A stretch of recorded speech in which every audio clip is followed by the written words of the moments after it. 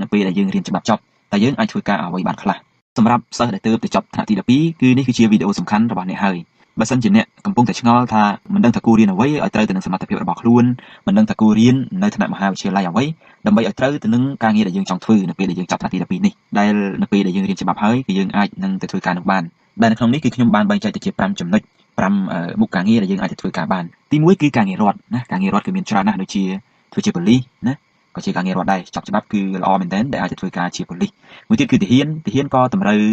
ជ្រើសរើសអ្នកចេះច្បាប់ទៅធ្វើការនៅទីនោះផងដែរមួយទៀតគឺសម្រាប់ការងាររដ្ឋបាលនានាណាសម្រាប់ការងាររដ្ឋបាលនានាក៏ត្រូវការនៅអ្នករៀនច្បាប់ផងដែរក្នុងនោះក៏មាន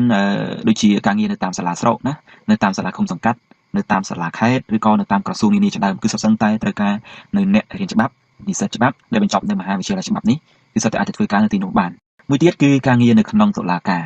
ការងារនៅក្នុងតុលាការគឺមានច្រើនខ្លាំងណាស់ឧទាហរណ៍ដូចជាមានមេធាវីក្រឡាបញ្ជីចៅក្រមព្រះរាជអាជ្ញានេះគឺខ្ញុំលើកយកមកឧទាហរណ៍តែប៉ុន្មានមុខការងារនេះទេអ្នកច្បាប់គឺច្បាស់ណាស់ថានៅពេលដែលរៀនច្បាប់គឺចង់ធ្វើការក្នុងតុលាការហើយនៅក្នុងតុលាការគឺត្រូវការអ្នករៀនច្បាប់ច្រើនមែនទែនណាដូចខ្ញុំបានមកបង្ហាញខាងលើអញ្ចឹងមេធាវីក្រឡាបញ្ជីចៅក្រមព្រះរាជអាជ្ញាឬក៏ការងារផ្សេងទៀតនៅក្នុងតុលាការគឺសុទ្ធសឹងតែត្រូវការនិស្សិតច្បាប់ទៅធ្វើការទាំងអស់នេះគឺជាការងារទី2ឥឡូវយើងឈានចូលទៅដល់ការងារទី3មិនត្រឹមតែការងាររដ្ឋឬក៏ការងារនៅក្នុងតុលាការនោះទេសម្បីតែការងារនៅក្នុងវិស័យឯកជនក៏ត្រូវការផងដែរអ្នកចេះច្បាប់ឧទាហរណ៍ដូចជារដ្ឋបាលថ្នាក់រដ្ឋបាលដែលគ្រប់គ្រងនៅក្នុងវិស័យឯកជនក៏តម្រូវឲ្យចេះច្បាប់ផងដែរព្រោះអីនៅក្នុងការងាររដ្ឋបាលនៃវិស័យឯកជនគឺត្រូវការតាក់ទងទៅនឹងធ្វើលិខិតនានាទៅលើកិច្ចសន្យាទៅលើការដាក់ពាក្យឈប់សម្រាកឬក៏លិខិតជាច្រើនទៀតដែលតម្រូវឲ្យរដ្ឋបាលគាត់គ្រប់គ្រងឲ្យបានច្បាស់ការគ្រប់គ្រងទៅលើឯកសារនានាគឺជាជំនាញរបស់អ្នករៀនច្បាប់ហើយអ្នករៀនច្បាប់គឺបានរៀនយ៉ាងស្ទាត់ជំនាញទៅលើការងារទាក់ទងទៅនឹងឯកសារនេះណាអញ្ចឹងសម្រាប់ការងារឯកជនក៏ត្រូវការនៅអ្នករៀនច្បាប់ផងដែរហើយសម្រាប់ការងារទី4នេះគឺមិនមែនជាការងាររដ្ឋមិនមែនជាការងារនៅក្នុងតុលាការតែគឺជាការងារទាក់ទងទៅនឹងក្រុមគ្រួសាររបស់ខ្លួនសម្រាប់អ្នករៀនចប់នៅថ្នាក់មហាវិទ្យាល័យច្បាប់ទោះបីជាគាត់មិនបានទៅធ្វើការងារអ្វី